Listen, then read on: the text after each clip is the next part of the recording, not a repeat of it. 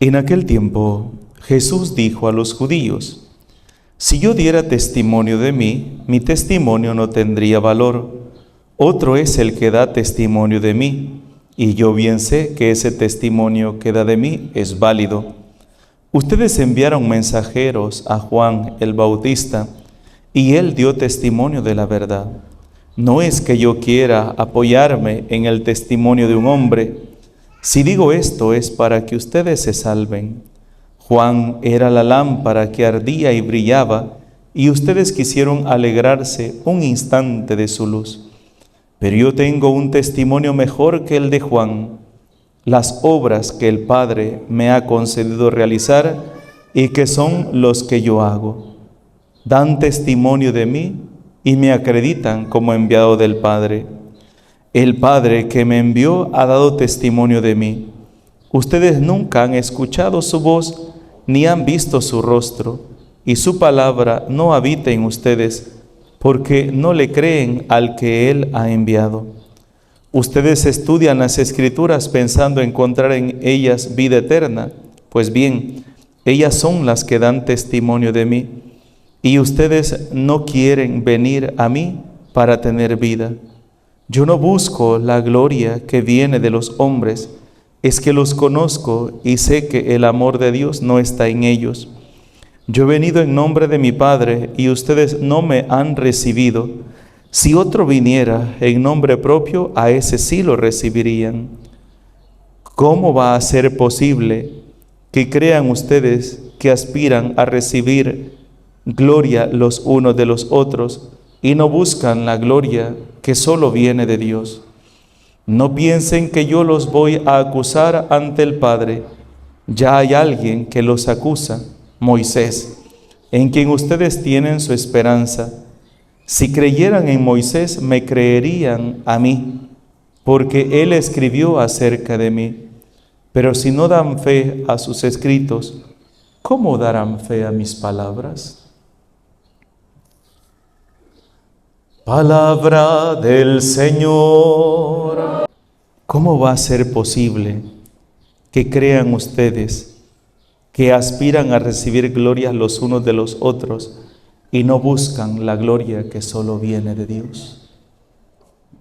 Qué difícil es encontrarnos con Dios, comprender la palabra de Dios, aceptar el mensaje de la palabra de Dios, cuando lo único que hacemos es buscarnos a nosotros mismos, buscar nuestro propio interés, nuestros propios egoísmos, cuando lo que buscamos es dar una respuesta favorable a la maldad que estamos cometiendo. A mí me da risa el refrán que tiene el chambroso. ¿Saben cuál es la frase del chambroso? La frase célebre del chambroso es: si lo sabe Dios, que lo sepa el mundo entero. Venga y da rienda suelta a la lengua de víbora a sacar todo el veneno que lleva ahí, ¿verdad? Si lo sabe Dios, que lo sepa el mundo entero. Y con esa frase, él está tranquilizando su conciencia y piensa que lo que está haciendo no es malo, porque él no está descubriendo nada, porque Dios ya lo sabe. ¿Cuántos de nosotros buscamos una religión a nuestra manera? Si Cristo, hermanos, viniera hoy en día, a nuestro tiempo, a esta parte de la historia de la humanidad, lo volveríamos a crucificar. Porque una de las cosas que más nos cuesta a nosotros como seres humanos es la capacidad de reconocer que estamos actuando mal. Cuando el Papa Francisco fue electo Papa, recuerden que una de las cosas que más atacó fue la burguesía de la iglesia, el carrerismo, decía él, de aquellas personas que solamente entran a la iglesia para tener un cargo, para sentirse importantes, para buscarse a sí mismos. Y dijo: se nos ha olvidado que la iglesia es un instrumento para servir, no para servirnos. La iglesia es el medio que Dios dejó para que nosotros viviéramos nuestra fe, pero a la vez practicáramos la fraternidad, la caridad, el amor, y se ha convertido en un campo de batalla, de ambiciones de poder, de corrupción, de ladrones. Y entonces a él le dijeron que tenía que ir a vivirse al Vaticano, donde estaba la casa, digamos, del Papa, y él dijo que no, que él se iba a quedar en Santa Marta, un hotel de huéspedes. Y yo aquí me voy a quedar.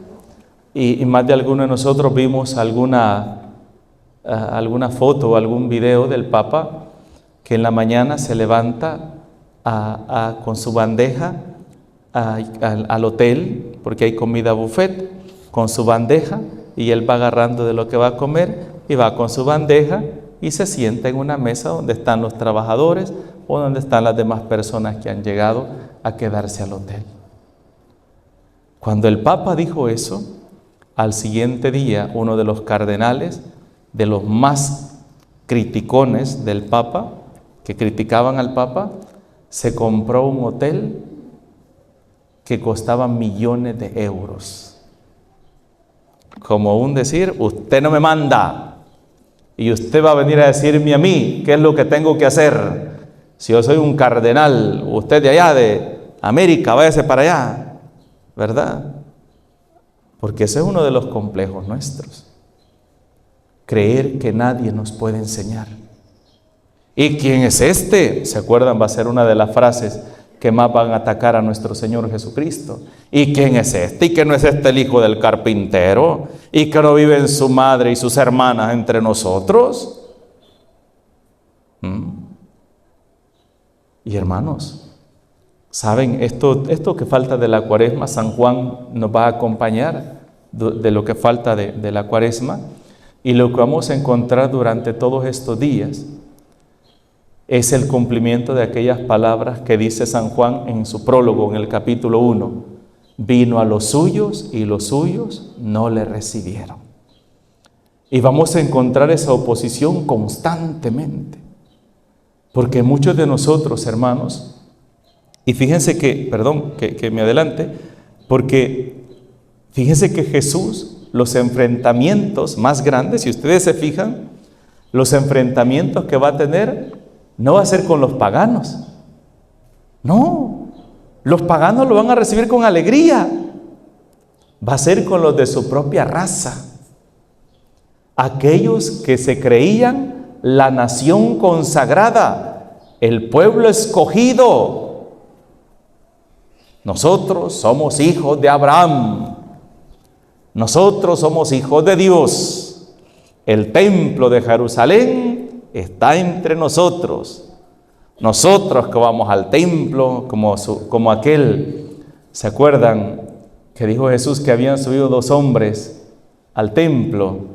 Uno era fariseo, me parece, o escriba, y el otro era un samaritano, un pagano.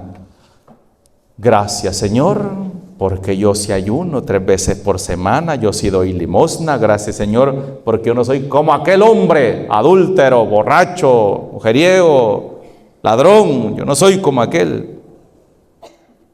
En cambio, aquel solo agachaba la cabeza, se golpeaba el pecho y decía: Señor, ten misericordia de mí, porque soy un pecador. Jesús va a tener el enfrentamiento más grande con esas personas. Y es que es ese el problema más grande dentro de la iglesia. Creernos que ya somos buenos. Creernos que nadie nos puede enseñar.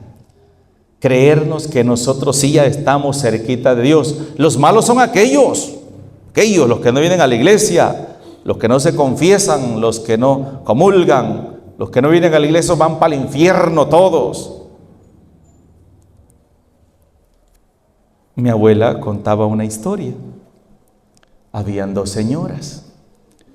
Había una que solo pasaba sentadita en la puerta de su casa. Y entonces, y había otra que iba todos los días a la iglesia. Y entonces pasaba aquella que iba todos los días a la iglesia y le decía: doña fulana, vamos a misa, que le vaya bien, ya la alcanzo. Es una frase que tenían las señoras de antes, aunque no fueran a ir, ya la alcanzo. Era una frase. O si no, le decía: ay, rece por mí. Y la palabra, vieja haragana, solo por estar aplastada, entortada, ya no va a la iglesia, al infierno se va a ir, vieja desgraciada, haragana, ¿qué le cuesta hacer el esfuerzo? Sí, y así iba renegando para la iglesia. Al siguiente día volvía a pasar: ni a fulanita, vamos a misa, que le vaya bien, ay, reza por mí, reza por mí, vieja haragana. Ya se imaginarán lo que puede decir una mujer que le gusta criticar a su prójimo. Esa era una historia que contaba mamá Carmen. Cuando de repente oyó que se había muerto la señora. Y la casa de la señora quedaba hacia abajo y la de ella arriba, y vio y oyó que la señora se había muerto. Cuando de repente oyendo una gran música que venía del cielo y un montón de ángeles iba viendo que recogen una luz que salía de la casa y se llevaban esa luz para el cielo. Esa vieja desgraciada que nunca fue a la misa, que no fue a la iglesia, que nunca se confesó, miren, hasta los ángeles la han venido a traer. Y empieza a murmurar y a renegar y esto y lo otro. Y en ese momento, decía mamá Carmen, se abre la tierra y saltan los diablos y se la llevan en cuerpo y alma la vieja chambrosa para el infierno. Así decía mamá Carmen. Y yo no quedaba impactado cuando estaba chiquito, ¿verdad? Y ella decía: solo Dios sabe por qué esa señora no iba. Quizás tenía una enfermedad, quizás tenía un problema, no podía caminar y por eso no iba a la iglesia. Por eso no tenemos que criticar. Y aquí es donde me gusta lo que aparece hoy en la primera lectura. Moisés, ¿cómo es considerado en la Sagrada Escritura? Como un amigo de Dios. ¿Verdad que sí? Como un amigo de Dios, con quien hablaba cara a cara. Cuando Dios dice: voy a destruir este pueblo porque es un pueblo pecador, un pueblo perverso. No, Señor. Vas a permitir, miren, vas a permitir que los pueblos de los alrededores digan: miren, ese Dios del pueblo de Israel lo sacó de allá de Egipto para hacerlo desaparecer aquí en el desierto. No, Señor, van a hablar mal de ti. No, tú no los puedes matar, perdónalos, pero tú no puedes, porque ¿qué van a decir de ti la gente? No, pero de ti, le dijo el Señor, voy a hacer una gran nación, de ti la haré. No, le dijo, este es tu pueblo, el pueblo que tú sacaste de Egipto. Y de aquí sale una enseñanza bien hermosa. Entre más cerca estoy yo de Dios, es cuando más tengo que orar por aquellos que les cuesta seguir al Señor. Cuando estoy más cerca del Señor, no es cuando más tengo que juzgar a aquel que no viene. No, es cuando tengo que orar más por aquel que no viene y clamar misericordia. Y es lo que hablamos muchas veces de la oración de intercesión.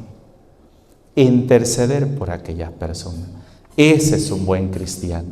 El buen cristiano no es el que busca solamente su gloria, sino la gloria de Dios. Y cuando un pecador se convierte, se arrepiente y vuelve al Señor, ¿quién es el que es glorificado? Dios. Y eso es lo que debe ser la iglesia. Ese medio, ese canal para que la misericordia de Dios llegue a aquellas personas que más lo necesitan. Por eso pidamos al Señor, hermanos, que en este tiempo de la Cuaresma cada uno de nosotros nos esforcemos por acercarnos más al Señor, pero también oremos por aquellos que no conocen a Dios. En el nombre del Padre, del Hijo y del Espíritu Santo. Amén.